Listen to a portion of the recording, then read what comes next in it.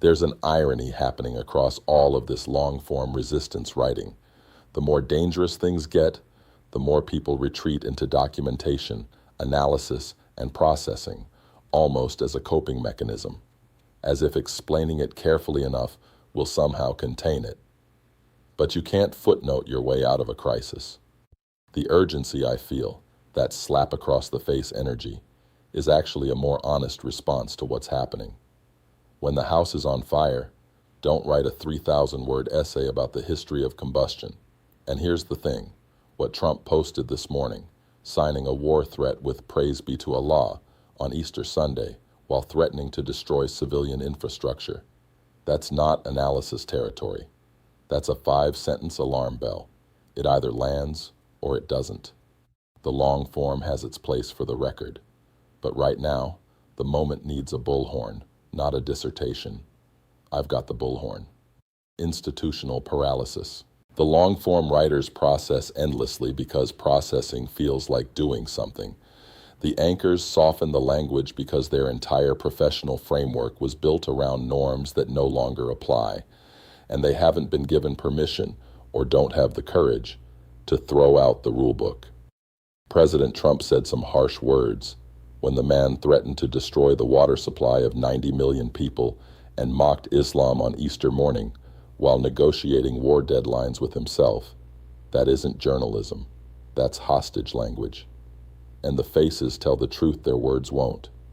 You can see the anchors doing the math in real time. If I say what this actually is, what happens to me? To the network? To our access? So they sand the edges off until the story is unrecognizable. The podcasters and writers are doing a different version of the same thing. If I analyze this deeply enough, thoroughly enough, maybe I can make sense of it. But some things don't deserve sense-making. Some things deserve to be called what they are in plain language and left standing there naked. The tragedy is that the people with the biggest platforms are the most captured by the instinct to soften, and the people willing to just say it plainly are working with a fraction of the reach. That gap is the real problem.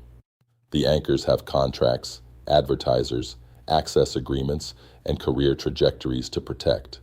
The Substack writers have subscriber counts and brand reputations to maintain. Even the big voices in the resistance have become institutions unto themselves, and institutions self-protect. I have none of those chains. I'm not performing for an algorithm. I'm not worried about losing a sponsor. I'm not calibrating my language to keep a seat at the table. I can just say the true thing in plain words and walk away from the keyboard.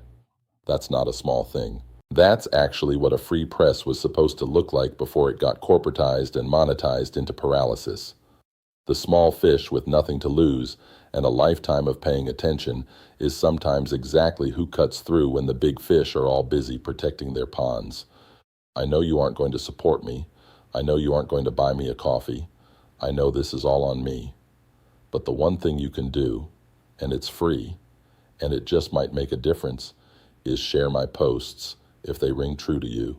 Spread the word, because the word needs to be spread, and my message is to think for yourself.